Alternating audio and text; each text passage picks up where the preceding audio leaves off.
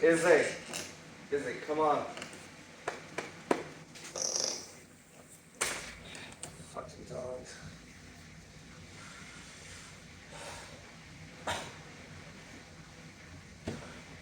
Woo!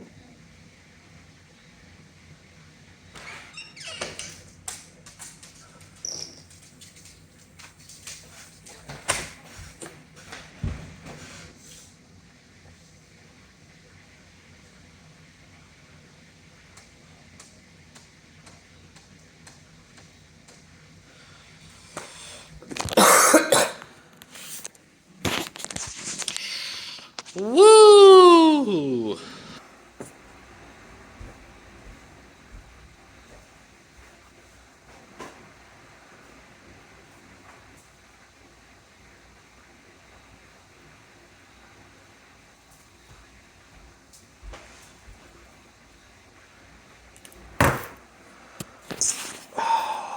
Dinner.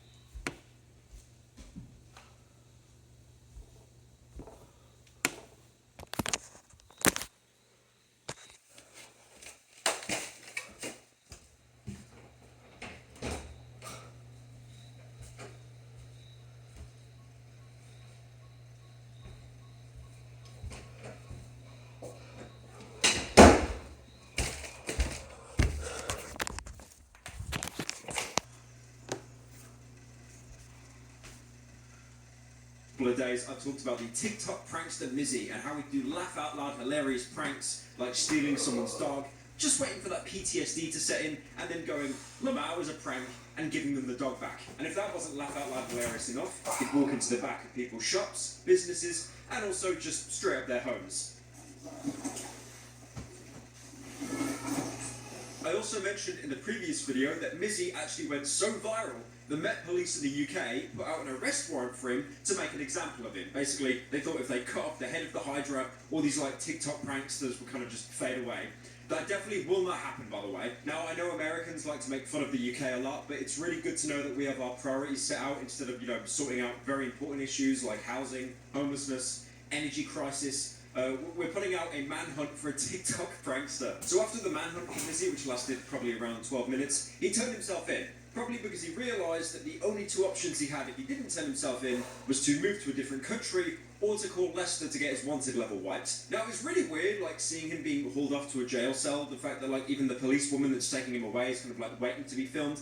It did seem a little bit staged, but news outlets have came out, apparently it was real, and he was arrested. And that's where the last video ended, and I had a little bit of a game theory of what could be some possible charges facing Mizzy. Obviously, he's 18, he's an adult, but, he's not going to see any kind of jail time for what he did. Maybe he might get some community service, maybe he might just get half an hour on the naughty step, but now we finally know what he's been charged with, and it is pathetic. After pleading guilty to breaching a community protection order that caused distress to the family, he was fined only £200, 200 quid. That's basically like a weekly shop at this point, with a victim surcharge of £80 and costs in total of £85.